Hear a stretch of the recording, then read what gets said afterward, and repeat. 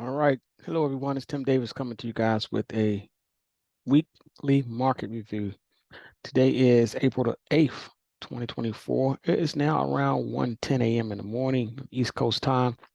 And I want to start this week out by taking a look at the SPXA 200R, which is the tool that tracks the percentage of S&P 500 companies trading above their 200-day moving average. And I like following this tool because it pretty much gives you the overall sentiment of the market, overall sentiment move of the market. So looking at this tool, and I'm going to look at a longer term chart first, just to give you some perspective of what the market is showing us at the time.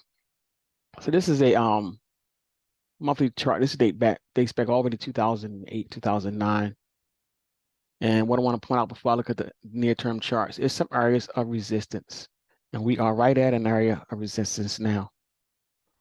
You see what happened when we had problems with it before on the past. So it's right in the area of resistance / support. And every time we traded around this level, we've seen a pivot in one direction or the other. So I'd like to point that out to say that are we at a pivot point now? That is a huge possibility that we could be at a pivot point as we traded above this trend line and stalled out, could not really break out to significant highs. So could we be heading lower on this particular tool? That is a huge possibility, and if that is the overall case for this long-term monthly chart, that would also be the overall case for the overall S&P. Look below, look at the Williams percentage, how it is starting to hinge lower after hitting overbought territory. So is the full stochastic starting to hinge lower. RSI starting to hinge lower, didn't even make it up to the overbought territory. So all signs point to lower action in this particular percentage tool. Now let's look at a near-term daily chart. Here's our daily chart. And as you can see, we hit a percentage of 84, could not get any higher than that, and we just started to trickle lower, even breaking below the 20 per moving average, the 20 per moving average, and trying to bounce off of the 50. With that said, I think this 20 per moving average is going to act as an area of resistance, and I think we'll be stuck in between these two until it finally breaks below that 50.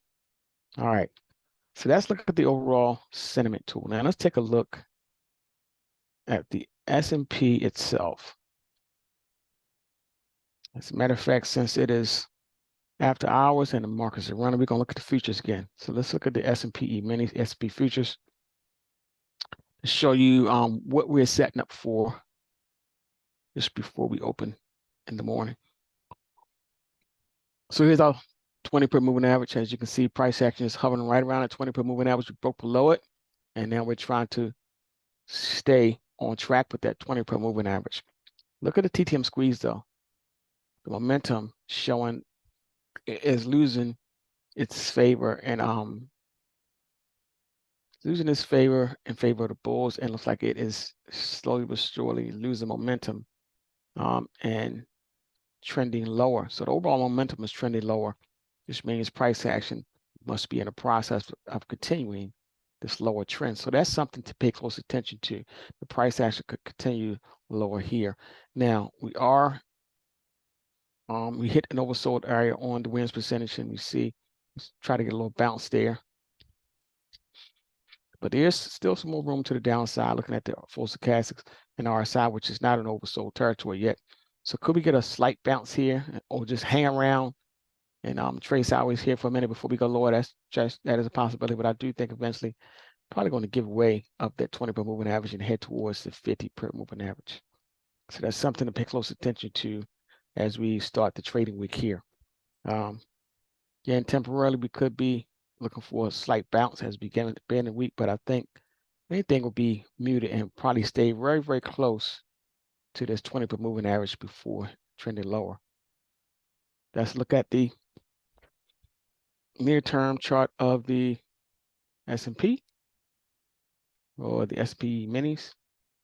And I'll switch over to Dow minis, Dow futures. Okay, and glancing at the Dow futures on the daily chart, you'll see, again, we're already trading below this 20 moving average. So that 20 moving average will act as a level of resistance. So we could trade back up to that 20 moving average. I think we'll get stopped right there, because if you see previously when we got above the 20 moving average on this particular day, price action was pushed right back down before the close. Same here. 2 days in a row, got above it and then pushed right back down before the close.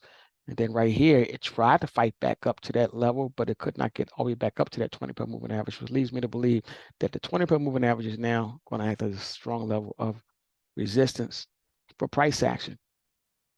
So any rally that we see in the beginning of this week is going to have a struggle breaking that 20 moving average. I think the most likely scenario, or the least path of resistance, is they break below this 50 moving average. You can see we broke below it a couple times, but did not stay there. I think eventually we'll break it below it and stay there. So that's something to pay close attention to as we trade throughout this week. Let's take a look at the NASDAQ futures. NASDAQ futures, same scenario. We have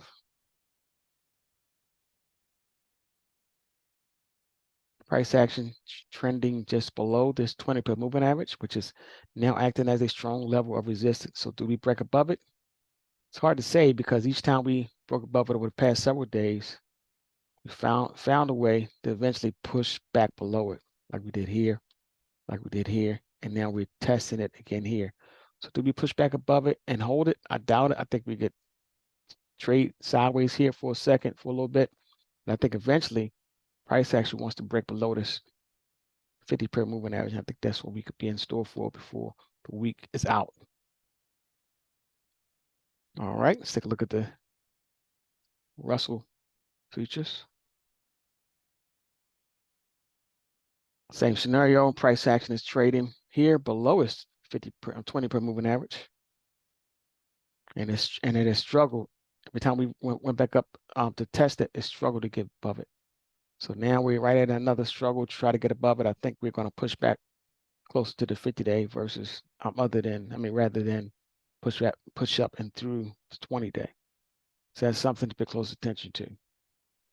Let's look at our major averages. Let's take a look at the VIX.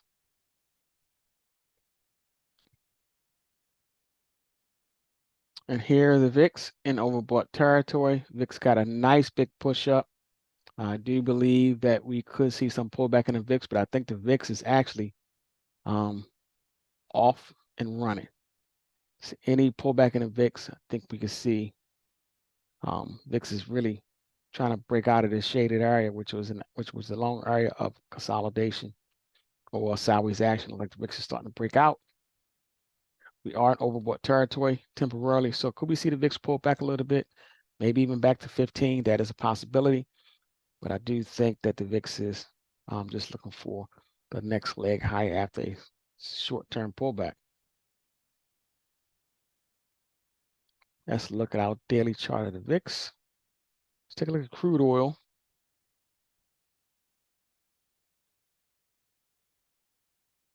Here's a look at crude oil. Also out in overbought territory, but crude oil, folks, is in new territory. So it's above finally got above the 85, which is what I've been harping over the past couple of weeks. Got above 85 finally. Now, as we see some sort of pullback, we could see this 20 moving average start to continue to rise up. I think the 20 moving average is going to act as a level of support. So anything below 85, I think we're probably going to start to see some type of support, or price action start to hold anything below 85 before our next run towards 90, which is what I think we could actually see a breakout towards above 90 and eventually above 100 before this year's out. Right now, we're definitely in some type of pullback mode. probably going to just be pulled back or some consolidation. Look at the earnings percentage, is coming out of overbought territory. Stochastics is almost out of overbought territory. RSI definitely out of overbought territory. So we could continue to see some pressure on overall price action of crude oil temporarily, but I do think it's going to find some support, maybe around 85 or just below it before we see another move higher. And one quick look at gold. Gold still raging higher, folks. Still raging higher. We're definitely in overbought territory temporarily, so I think we can start to see some sideways action, maybe even a pullback back down towards this 2,300 as a possibility. But we're definitely in overbought territory temporarily. But the longer term charts for them, I'm telling you, gold and silver. Look at the longer term monthly charts. I think they are telling us a story that we are in definite breakout mode in gold and silver. And I think something else could be going on. We could see much higher gold and silver prices. And let's switch over to silver real quick, because I think silver is one that has a possibility to also reach all-time highs. And if we look back in history, look what the all-time high was in silver. It was $50, almost $50 back in 2011. Could we get that high now? I think that is a huge possibility that we could see that over the next year or so. Look at the monthly chart here. 2 green months in a row represents these 2 candles here. It looks like this move is just getting started by looking at this monthly chart. So any pullback here on the daily chart, any pullback here that we see, again, we could see start to see silver pullback or become stagnant right around between this $27 to $28 level. Could see a pullback to 27 or below 27. Anything around the level is definitely going to be an area that I would look to add to the position. So any pullback in silver and gold, I think is a buying opportunity. One more we'll take a look at, and that is copper, because copper is also showing strength. Currently in overbought territory, so we could see a little pullback continue. But we're above $4 bucks. Anything back towards $4 definitely be a buying opportunity. Here's a weekly chart. Still shows a lot of strength. And a monthly chart just shows that we're just getting started on this run. All right, folks, that's all I have for you guys. Hopefully, this information that you guys can use, and I'll catch you guys in the next video.